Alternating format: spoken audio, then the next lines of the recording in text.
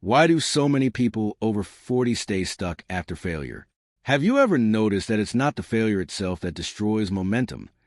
It's what happens afterward? The silence, the overthinking, the quiet shame, the slow loss of confidence. At 25, you fail and people say, "You're young, you'll bounce back." At 40 or 50, failure feels different. It feels heavier, more final, almost like a verdict. Maybe you lost a business. Maybe your career stalled. Maybe a relationship ended. And instead of moving forward, you found yourself frozen. Weeks turned into months. Motivation faded. You kept telling yourself you'd start again soon, but soon never came. If that sounds familiar, you're not weak.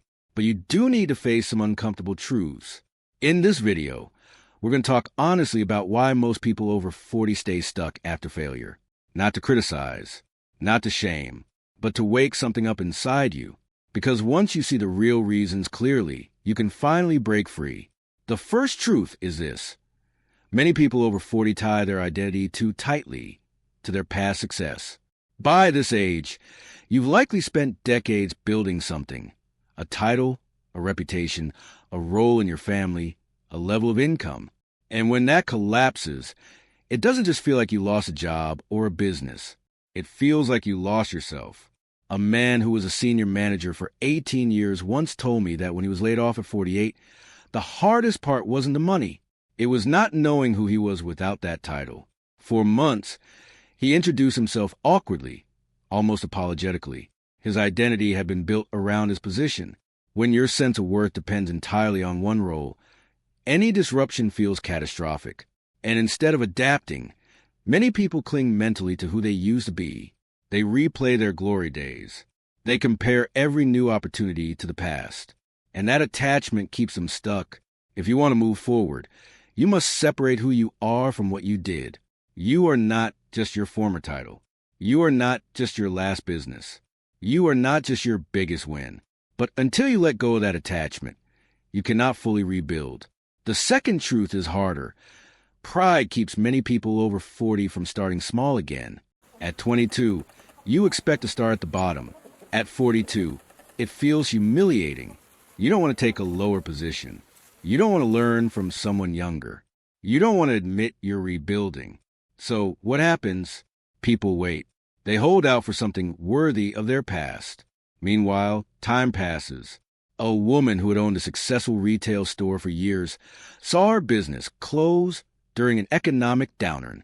Instead of accepting a smaller role in another company, she spent nearly 2 years searching for something equivalent to her former status.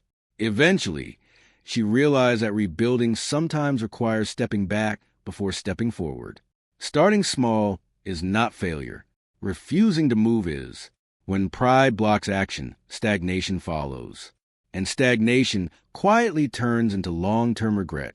There's another truth that hides beneath both identity and pride. It's something many people don't even realize is happening. And once you see it, you begin to understand why staying stuck can feel strangely comfortable. The third truth is this. Fear of failing again becomes stronger after 40. When you're younger, failure feels like part of the process. But after decades of experience, a major setback can shake your confidence deeply. You tell yourself, "I can't afford another mistake." Financially, emotionally, socially. So instead of trying again, you overanalyze. You wait for perfect timing. You convince yourself you're being cautious. But often, it's fear disguised as logic. A man who lost money in a failed investment at 45 became extremely conservative afterward. He avoided every opportunity, even reasonable ones. Years later, he admitted the real reason wasn't wisdom. It was fear. He was protecting himself from the emotional pain of another loss. But here's the reality. Avoiding risk entirely is its own kind of risk. The risk of stagnation. The risk of shrinking your life smaller and smaller until it feels safe but empty. At some point, you must decide which pain you're willing to face. The pain of trying again, or the pain of staying stuck. And this leads directly to the fourth truth.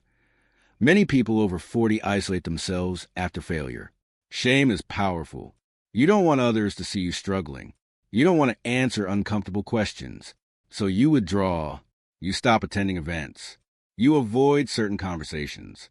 You tell yourself you just need time. But isolation magnifies negative thinking.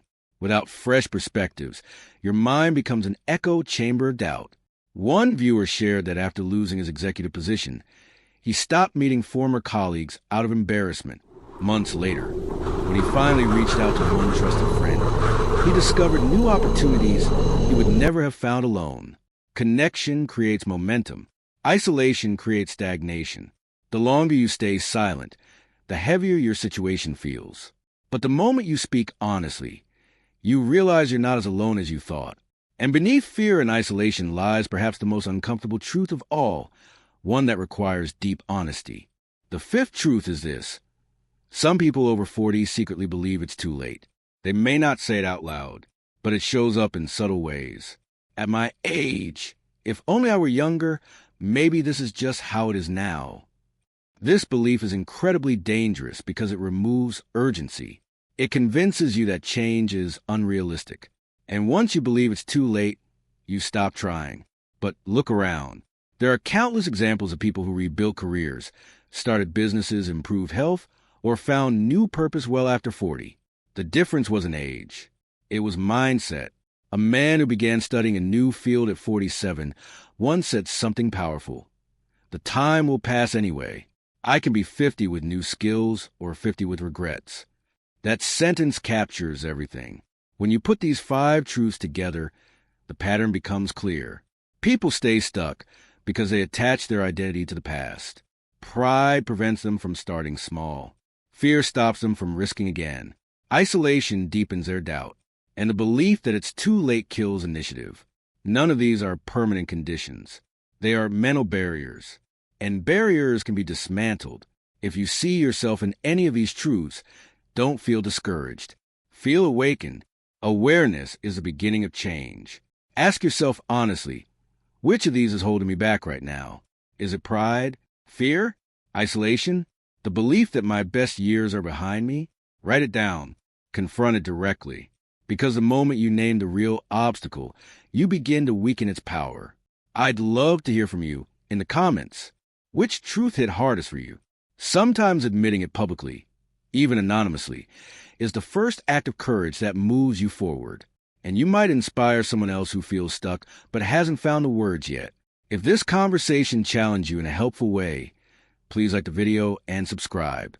This channel is about honest growth, not motivational slogans, but real reflection and real progress for those navigating life after 40. Remember, being over 40 is not a limitation. It's an advantage. You have experience, resilience, and perspective. Failure may have slowed you down, but it does not define your future. Your next chapter is still unwritten. The only question is whether you're willing to face the truth and step into it.